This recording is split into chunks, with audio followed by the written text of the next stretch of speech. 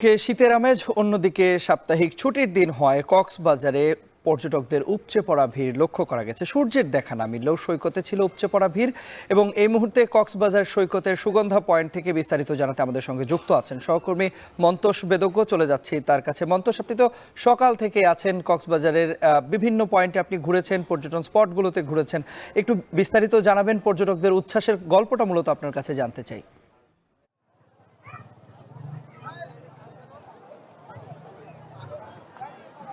তন্ময়, ব্যাপক উচ্ছ্বাস উৎসবে মেতেছে কক্সবাজার এবং পুরো মৌসুমটা আসলে কক্সবাজারের এবারের যে শীত মৌসুম সেটি কক্সবাজারের পর্যটন ব্যবসায়ীদের জন্য একটি আশীর্বাদ হয়ে এসেছে বলা যায়।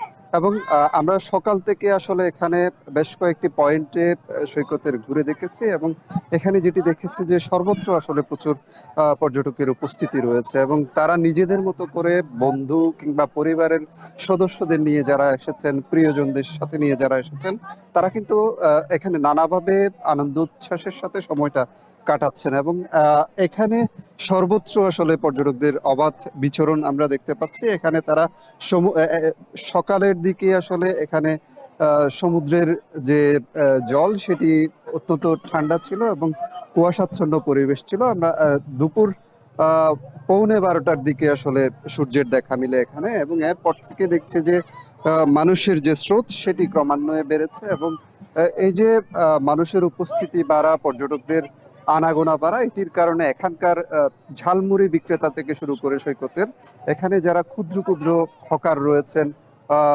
ঝিনুক বিক্রেতা রয়েছেন, সবার মাঝে একটা উচ্ছ্বাস কিন্তু কাজ করছে। একইভাবে হোটেল মোটেলগুলোতেও একটা উৎসব মুখর পরিবেশ আসলে বিরাজ করছে। তন্ময়, এই ছিল আমার কাছে সবশেষ। পর্যটক সমাগমে মুখরিত কক্সবাজার সমুদ্র সৈকত, সেখান থেকে বিস্তারিত জানছিলাম সহকর্মী মন্তোষ বেদজ্ঞের মাধ্যমে।